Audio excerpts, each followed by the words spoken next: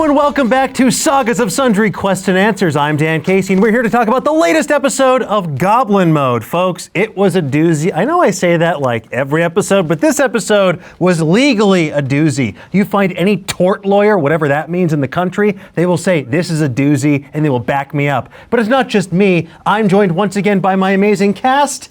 Danielle Radford, that wouldn't be tort. Sorry. I shouldn't know that. My bad. I'm Amy Vorpahl. Hi, I'm Jason Nguyen. And our special guest. Hello, I'm Ify Nwadiwe. I am so stoked to talk about this episode, but as always, folks, there are spoilers here. There be spoilers. So watch out if you haven't seen the latest episode of Goblin Mode. Tread carefully because otherwise, I don't know, blame yourself. These are your choices and they led you right here. But for everyone else who's sticking around, let's talk about this episode. First and foremost, we get to welcome the amazing Captain to our midst. Ify, we're so stoked to have you here. Tell us about your character and like the sort of the creation process working with Amy to have him join us this episode. Yeah, no, it was real great. I mean, Amy made it so easy for me. I have all these notes because just had a breakdown of the world and basically where like Rellz comes in play, and you know, super easy because you made it just the stat block. So really all of that stuff's just squared away. So it really is just kind of fleshing out where Rellz stands. And, you know, I imagine, you know, we'll find this out more and more as we go along, that he's a kind of aloof person, but he's very, he cares more so about the well-being of the crew and make sure everyone is their truest selves, because I just imagine that since he's, you know, the captain of this crew that has nowhere else to go, he wants people to just kind of live in their truth, which is why I feel like he really kind of like needled in on Tippy and was like, no, you're gonna say how you feel. We're not gonna let it be hidden and be scared of who we really are. I love that. In your character creation process, what point were you like, I'm gonna make this character the hottest character so far to come along? What's the deal? 9 feet tall, full of chest hair, stacked, you know what I mean? I mean, that's just how Onis look, you know. I really just big blue buff and horny. Let's go. They're just like super giant, 9 feet tall, you know, horned guys that are muscular. So I was like, yeah, I think the only change I really made was make them have, you know, locks instead of, you know, so straight came hair. Hot, pre-made. No, I would say Onis are not customarily hot. I think it's like when you mix Ify with any monster, you're gonna get some sort of daddy vibe. Yeah, when you multi-class into Ify, it becomes canonically hot. It makes sense to me. When I mix in, I get a sweaty goblin. You know what I mean? Jason guarantee. I will say, like what you said, Danielle, as busy when you were like, well, one of them's frowning, which was Smelly, and one of them's smiling, and that is Captain Rellz. I was like, that was me. When you said that, I was like doing the math. I was like, oh, good. They like understand the dynamic of who actually Captain Rellz is, who is this beloved character who, you know, you can tell may or may not deserve by the smarts the captainship, but as far as the mascot version and the leadership, yeah, for sure. Yeah, like when you kind of were talking to me about the kind of Smelly dynamic, I really, in my head, was like, okay, he's like Duke Senior for all one of his Shakespeare heads out there, where, you know, he's leading off of charisma. Like people like him because they want to follow him, not necessarily because he has the best plans, but he is smart enough to surround himself with people who can get things done. And the wielding of the glaive, too. He's got glaive confidence. It's a step above gun confidence. And when charisma fails, there's a glaive. But no, he's clearly got that emotional intelligence as well, which is important to keep a crew aloft. I also loved the whole kind of Corsair vibe that we got from this airship, because to me it felt very different in flavor than the rest of the Marked in a very cool way, because of course the people piloting their airship would be just this like badass group of sky pirates. So I dug that in particular. Yeah, I will say when I learned about Sundaris, which was very little, just presented to me, and what the theme of this show would be, it was I made it my own pretty fast. But there was the marked as part of the faction that I was like, ooh, there's something here that I want to tap into. And making them all lycanthropes, or the theme of monster and human, or both, or neither, was something I really thought, oh, that'll be what the marked is.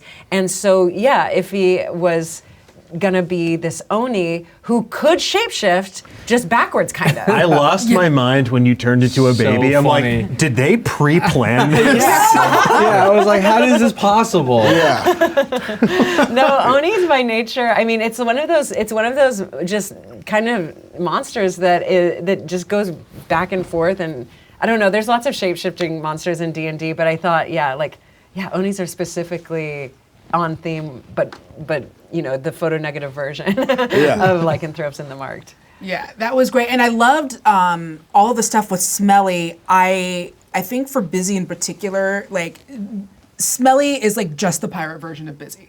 Just like I did not know that was going to happen when you started bonding with her. I was like, oh yeah, like it's the same, because at first it's that thing of like when you see yourself and Busy's like, oh, I hate her, and then it's like Busy's like, oh, like we're the same. Like the way that she, like the deference she treats her captain, the way that she wants to be taken seriously, like the way that she needs validation. And so Busy was immediately like just two middle managers just like coming together to like do middle management. The goal was Smelly was just because I knew I was packing a lot of lore onto Ify just coming in for a guest spot, and I thought, well, what's a character that could support him and also really, like, to me, someone who's like overemphasizing what the stakes are all the time does have a stick up her ass. So that was just the onus of the character, was just going like, oh, I need to support Ify, and go like, this is important, kind of for everything. And it's a good thing we had a character like Smelly, because we did learn some pretty campaign-shaking lore this episode.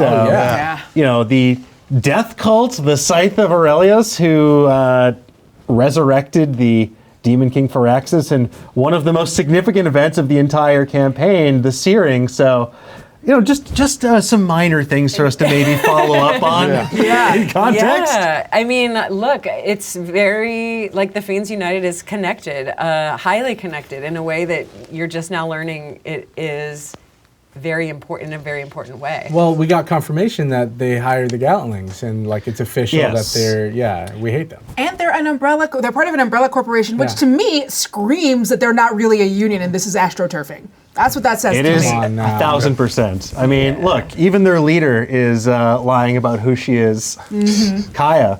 Yeah. Now I feel extra not bad about really about blowing up their mansion. Yeah. It had to go. It looked really cool. We have our priorities, and our priorities are what goes boom. Well, and also it's like this information may or may not matter to the marked. You have no idea. But as far as your characters, it's like there's a lot there, especially with your loyalties to Unug still. Yeah, I mean, definitely still feeling a deep sense of loyalty to Unug, but kind of questioning things as well, because we don't know. It seems like everyone knows Unug in a way that we don't, because we're so far down the ladder. Yeah, they've seen him at the grocery store. They know him casually outside of work, and we're just like, that is our God King, and everything he does is amazing. I want to say that I was prepared to offer some of this information to you. I was not prepared to offer as much as I did, if you couldn't tell. If you hadn't rolled a nat 20. Investigation. You'd be like, oh, no. And then I kind of, God, I think I'm correct that none of y'all have Abyssal. And in my head, I was like, this is one of those magical dungeon master moments where you're like, okay, I just have to make a call. It's in Abyssal. And then Danielle the Bard just comes all the way in with comprehend languages, which means I had decisions to make. I mean, on a natural 20, you want to reward that, right? And so there is very much lore that you found out that I was really, really not prepared to have you find out. Because my brain is tickling with all of this new, like the information about being unskeletoned. I'm sure there's a better word for that, but deboned. Deboned. Deboned.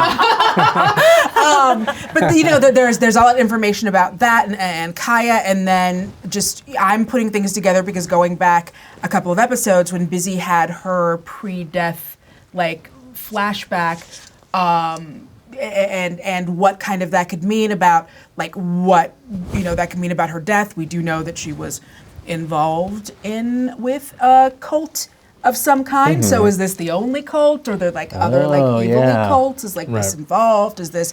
And that was kind of like for Busy, that was the first thing she thought was like, well, I was like probably part of an evil cult when I was like living. So like, is this my cult? Excuse me, sir, are you my cult? Like, is this? Well, that one was an cult, eye right? on fire with a halo. Yeah. But that's why I was like, can I look at the logo? Yeah. Can I like? No, different cult. Different cult, not my cult. Sorry, guys. I'm having a lot of fun because I know this is theater of the mind with sigil descriptions for different factions and what they mean, but also for the Sundari. And the fact that y'all are picking that up is really special. That's like, That's also why I just want to ask a bunch of clarifying questions just for my own edification. So I'm like, wait, how high up are we? I jump off the side. Oh my gosh, seriously. Oh my gosh, I can't imagine. it'd be funny though. I'm just curious who survived that explosion at the beginning of the episode. I think Tippy is very curious about And now, that. if they know it's us and how mad they're gonna be. Yeah, that's a big, let's talk about that because Vern did this. that big escape was just a middle ground of morality, actually. Yeah, I think it was definitely like a crossroads for Tippy to sort of decide what kind of goblin he is. And I think for any sort of, like he's never seen the world, much less blew it up with a bunch of explosives. So I think it would have hit differently if he hadn't seen a kobold like right in front of the explosion as it happened. And I think that's sticking with him a little bit. But The eye contact. Yeah, a little bit. So I guess my question for you as the DM is, at what point did you realize you were going to have Pakara get captured? Yeah, look, that's a tricky one. I don't want to answer that question. That's it. That is something. I mean, there's like lots of math that you're doing. You try to prepare for as many hypotheticals as possible in between the episodes, and that's all I'll say about that. But I do know, I will say the one thing that I will say is that I had no idea that there would be such an emotional attachment to Pakara. Pakora. Come on. My accent makes it Pakura. So there's a lot that's driven mostly by what the players do and who they're attached to. So this Pakara attachment is definitely turning into something. Well, if you're gonna put another Goblin Tinker out there that's like, the only goblin of the opposite sex that Tippy's ever seen, then he's gonna fall in love. Yeah. I mean, we know this about Tippy. That's all it takes. When he made out with a statue, As a new baby out in the world for the first time. I'm not a baby. Sure. You are baby though. Yeah. Also, can we just get for your lower thirds now from Fibs? Can we just put not a totally dumb skeleton? I loved your like weird like deduction Ace Attorney like moment that you had. That was incredible, actually. Oh no, I Got it. I didn't see that at all. Sometimes you're just talking, and you just talk and say things, and it affects people. But one thing that happened with Ify that was just this magical moment of just improv was when it was an inside joke, right? Dungeon dollars, just an inside joke. Yep. But you offer it to Captain Rattelg, and the look on your face when they say Dungeon dollars is like, what are you talking about? Which is perfect because in the world that's nothing. Yeah, you're like, huh? I also loved that they had their own version of Sidebar, which is corner conversation. Oh my God. Yeah. Incredible power move. Sidebar. What is that? As a player, because I know you've done so much tabletop before. Like, what was it like coming into a group that had so many hijinks and inside jokes, and like, was it easy to pick up on, or did you feel like you were trying to like catch up the whole time? Well, I mean, like, I think it's not lost on the internet that we're all friends. So, one, that makes it very easy, but two, kind of like watching before I even hopped in and seeing the way that y'all were kind of like playing and the jokes that you had, I was like, okay, cool. I kind of know where I'm going to stand in all this. And then really it was like once I got in the seat and waited to see how y'all reacted to me and then what I was going to give back. So I think, kind of seeing that when y'all were like, he's so cool, I was like, well, then I can't do the same thing as y'all. I have to come up with this cool, different version. Like, we don't sidebar up here. We have corners. It's very different. God, he's so cool. Immediately cool captain. Well, it makes sense as well because we clearly respect people in positions of authority based on our coming from an overlord structure. Like, well, he's the captain, so we gotta pay homage. Yes. What was it like to have? I mean, it's such a small moment, but you made a meal of it a bit. Is to have the That's the campaign in a nutshell. You're like, hey, right behind this door, there's like 30,000 gold. We're like, yeah, but what if we stayed on some bullshit for 15 minutes? I had 3 moments planned, and we have 20 episodes. It was when you got the go-ahead to be the one revealing the loot. Oh, that was, it was unexpected. Because we were all sort of like talking about it, but then we kept talking up to the point of showing the loot and getting distracted, which is very us. Yeah. I don't know. I like that we were able to do it as a team. It felt fitting. Also, getting to touch Unzug's ceremonial sheet. That's right. He slept on that. Yeah, he did. And he'll sleep on it again because he's still out there somewhere. That's right. Can't believe Daddy's coming back. Daddy's coming back for us. Can't believe he didn't pack his sheets in his own bag that he packed. That's right. Deeply disillusioning moment. Well, I mean, if he did, then people would know what he's up to. I need to take his sheets. I'm very excited to learn more about some of these items, like especially hearing their full names mentioned, like the Chalice of Kirkan, the Staff of Rolbert, the documents. Documents. The readme.pdf. I'm very excited. Yes. I want to know, Ify, I want to hear a little bit more about y'all's back and forth, you and Tippy, with the romance and the wingman, and also suggesting that there's getting to the heart of it with the suggesting there's another man at play. Oh yeah. That was great. Yeah, because I feel like in that moment, Ray Telg he knows what's going on. Like, he's on to you, and he's almost kind of trying to get it out of you instead of just taking you at your word. Right. Because, like I said, he's the captain of this group of people that he wants to finally be able to live openly and truthfully. So, like, any version of hiding your true self or intentions, he's going to attack immediately. And there's going to be bigger reasons and things at plays that I will spring on to Amy in the moments of future episodes as to why Ray Telg has this philosophy. But that's for other episodes.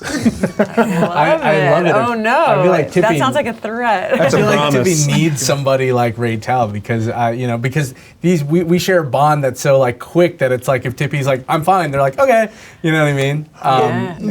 Because to get super, and this is probably just going to flesh out more the more I think about being Ray Telg and the more I think about his philosophy and where they stand within this world, he's probably looking at y'all as these former servants of a big boss, and he's like, no, you don't need to be under somebody, you don't need to be an arm of the man, y'all need to be out being your own person, running your own dungeons. and I think that's kind of what he sees in everyone as he learns more and more about you. And awesome. I mean, that just goes to I gave you a list of loot that the marked does just have on hand, and for you to make that decision that they could take the chalice with them, that did surprise me. That was one of those like, okay. Like, that's why Smelly herself was like, really? We're going to do this? But the way you explained it, I mean, makes perfect sense. Like, it is dangerous to keep it up here. Yeah. They might deserve it. They could use it. And it does seem to be a big player in the grander scheme of things, too. Yeah, because I feel like, the way he looks at it is with everything that was revealed in that great nat 20 roll, there's an element where it's like, oh, he just found out that he has something that can bring more issues than need be. And I feel like his utmost idea is protecting like everyone in the Mark, everyone at the Wretched Cove. He wants to make sure. So having this item that he knows that essentially this death cult is actively searching for, it's only a matter of time before they figure out that they have it, and then he has to defend himself against them or give it to these adventurers. Where in my like headcanon in stories like this, the NPCs or like guest players are aware of adventurers and how they are just bouncing around the world. So he's like, I'm gonna just give this to y'all, and if need be, the way that the marked are spread out, he'll be able to have tabs on like where y'all are traveling and going, and like if y'all ended up dying, then that's when he makes sure that someone goes and scoops it. If y'all succeed, it's like to me, like once you said like, oh, the marked is spread all around, I was like, oh, then this is a very connected person who doesn't feel the need to have to micromanage every piece of like the chessboard that he's actively working on. See, that's so smart. That's why you're the captain. Yeah, it's so smart. That is So not how cool. Smelly would run things. And also to me, when you mentioned like, and we'll give you membership in the Marked, I'm like, that is also like Huge, calculated to be like, okay, well, you're going to be part of our group, but we're going to leverage that loyalty because clearly, these are people who are loyal to their previous master. Right. If they're formally inducted, they'll presumably be loyal to us. They won't explode our mansion. Yeah, that's true. And this isn't the first faction you've come across either. I think you've come across at least someone or a woman who was a Vaunted. That's right. You ran across the Fiends United, of course. Yeah, there have been some other factions too that you at least heard of. And so you don't, there's a lot you don't know. Auctioneers Anonymous. Auctioneers Anonymous. Yeah, auctioneers who used to be actors or Improv everywhere. Exactly. And you got your big explosion. That Busy was wanting. And a thrilling opening where you almost fell to your untimely undeath. Yeah. That was a call in the moment where I was like, well, actually, no, we should have a role for this. But, geez. I thought Featherfall was the right move. It totally was. It was absolutely the right move. It just made me laugh so hard that you wouldn't like reach out to hold on. I have 8 strength. But just like imagine like I am falling. Osteoporosed. He hit my feather. There's no cartilage. No. It's just There's- bone on bone. Deep calcium deficiency. That's right. A strong. If I stand by the engine, my bones would fly off. Yes. Ify, I do have one other question. So you are the captain of the Marked, Ray Telges, and so you've also seen that these 3, a skeleton and a goblin, are showing up in the ship. Like, just in maybe just a sentence in Ray Telges' word, like what's your reaction, I guess, to seeing your lycanthropes partnering up with 2 skeletons and a goblin, coming from the Fiends United, where skeletons and goblins are usually part of that faction? I feel like this should be fun. I feel like he wouldn't be phased. It's like, okay, well, if you're like rude or a problem, you're going over the side. Yeah, exactly. Right. He's still 9 foot tall Yeah. of Oni. Like it's still like Walk the sky plank. Has the captain ever seen a skeleton doing a basic instinct Sharon Stone? well, she had the chair in front of her. That's right. It's more cool than sleazy. Like more like Dangerous Minds. Right, okay, all right.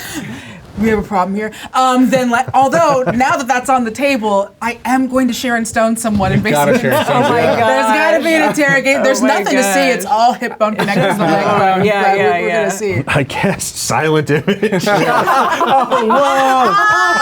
Magical tinkering. Oh my God.